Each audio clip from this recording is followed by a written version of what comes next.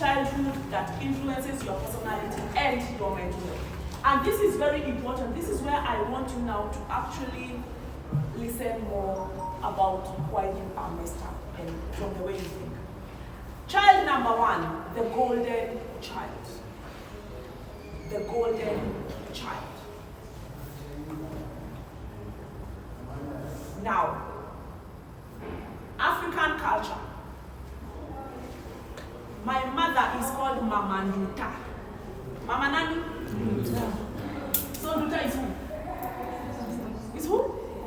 Firstborn. Thank you. Me, I'm called Nyakenyua.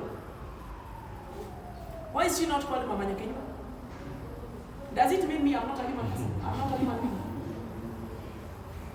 Once upon a time, some women came to home, guilt, Mama guilt. And they came. Papa ni Mama Nduta, I just finished short form. Come.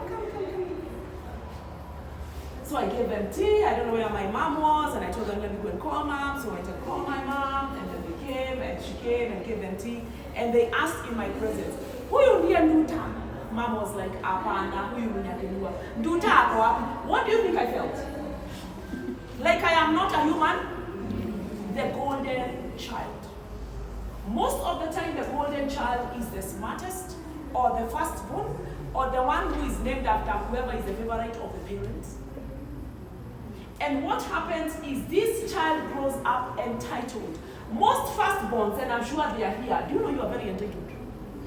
You know even when you grow older, and your lastborn becomes a CEO, and he builds and he buys a land, and you are not informed, do you know you still cause beef? Kwa nini hukuniambia na kwambia sababu wewe ni nani? Because you are that entitlement. The golden child. And sometimes what happens, that entitlement can be your undoing. Because woe unto you if the other siblings make it and you don't. Itakukula. Itakufanya nini? But whose fault is it? Culture. The golden who? The golden child. So ask yourself, do you carry a certain baggage and expectation? Now wewe lazima uperform, you are jobless now, and you are a firstborn, and there's so much expectation from society, it can mess up your mental health. Just because you're a firstborn, it can mess up your mental health because of even social and family expectation. The other child, the scapegoat. Kumenyesha.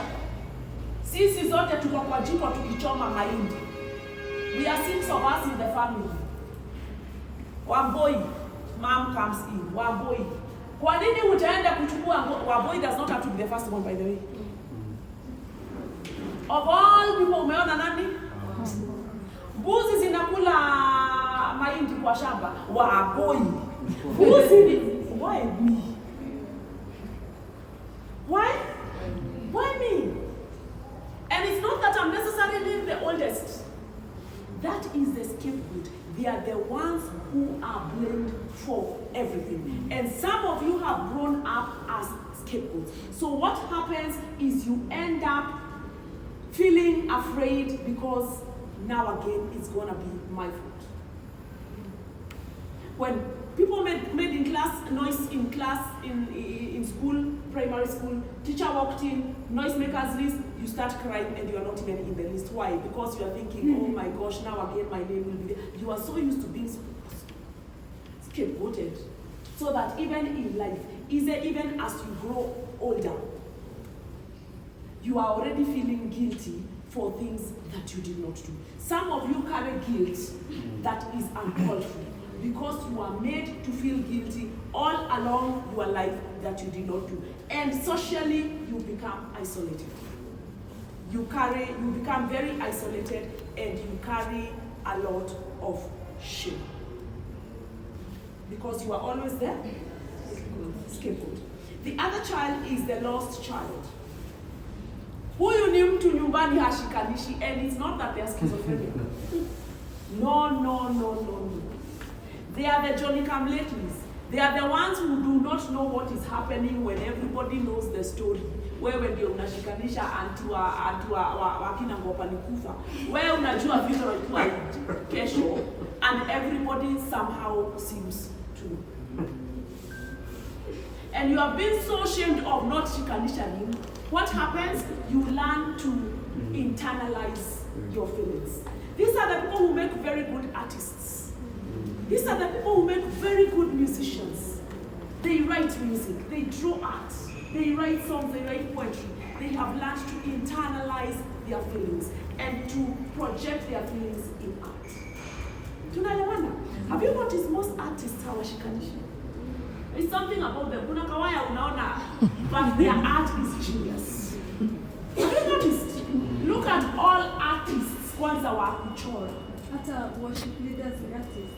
Kwenda huko.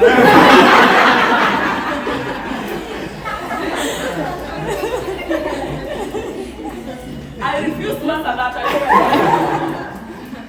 But that is why you realize most very talented people, like Kina Mozart, Kina Beethoven, the people who draw Michelangelo, there was something off. I'm not saying they're not. But if you're really, really keen, they are the odd person out in the family. Because they have learned to internalize their feelings and bring it out in art. If you listen to very, very good musicians, Kina Mariah Carey, Kina Whitney Houston, if you search their family background, psychoanalysis, they were the child who was lost. They are the ones who surprise people at who they become later on in life. Are you beginning to understand people's psychology? And why some people behave the way they do? Yes. The other child is the invisible child. This is the one who is ignored. And some of you are invisible children. You are ignored. Somehow you just breezed through home, through life. Somehow you just breezed through life.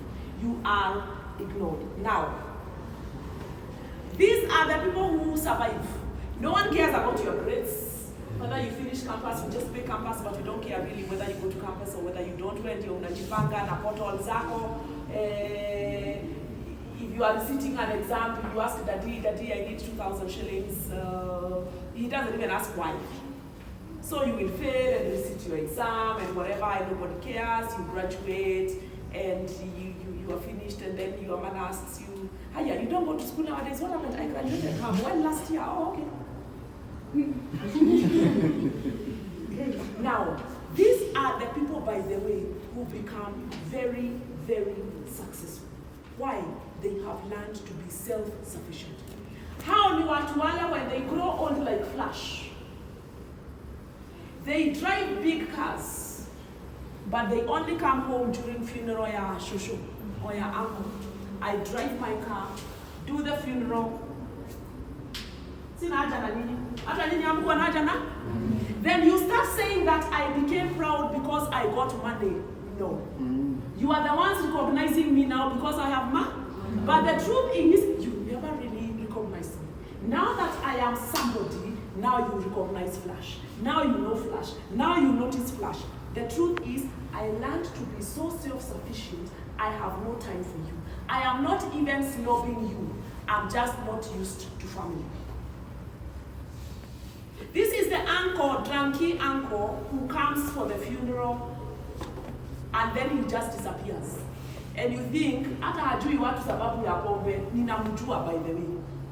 I just have no business with you. Then we have the black sheep. This one is the one, everybody nyumbani is dark, but you are brown. Everybody is brown, but you are dark. Literally, the black sheep.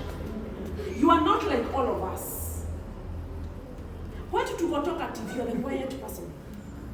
Why do you go quiet? You are where the You are literally the black sheep. You are the one who sticks out in the family. And what happens? This family victimizes you. You are victimized. You are probably the smartest. And we all know that the rest of us are below average. Or we are all smart, gone to campus. But where were you below average? You are the black sheep. And what happens to the black sheep? You succeed, but you have no obligation to anybody. Because remember you shamed me and embarrassed me, I was always the odd man out. So even when I succeed, I have no obligation to any one of you. But you shame me and embarrass me and start gossiping, oh, flash and nipata pesa ndio, I was the black sheep, let me remain the black. Wacha kunipenda sahi sababu nimepata nini? Nimepata pesa. Then we have the surrogate spouse, which some of you are. You are the one who knows whether your sibling went to school, whether school fees was paid. You're probably the one who went to pay school fees. Can you understand what I'm telling you? If you're dating someone who has many siblings, dump them. Where you're telling us where when you're telling me, you become the surrogate spouse. Some of you, when your parents have problems, they call you. Hi, Mike. Hi. Unajua sasa baba yako anakunywa sana. Why are you telling me? That is my father. Look for mama of your age or your sister. Some of you become surrogate. You become your parents' confidence. You are the one paying school fees. You are the one who knows whether rent is being paid. That is not your job. That's not your responsibility. It's not your responsibility. So what happens is you delay your life. Even in marriage, you are dating, but you don't want to commit because you first have to educate your kid who is in class 2, your brother and sister who is in class 2, amalize, then now you can get your life. By the time you are getting your life, you are old and gray. You can't even sire because menopause hit. Ama unapata mtoto ukiwa mzee sana because you are busy being the surrogate child. If you ever have kids and if you have kids, please do not let your kids be surrogate children. Have children that you can manage. Wacha kupata watoto 10 so that the firstborn is the one who will educate the last 2. Do your math. Calculate your age. By the time I am hitting retirement, mtoto wa mwisho atakuwa wapi hapa? Wacha niache kupata watoto wengine. Because we have no income for what? So when you're getting babies, please manage your. Have that in mind. Tunaelewana? Wacheni kupata watoto wengi ati so and so. By the way, for me, I'm a last born. Come.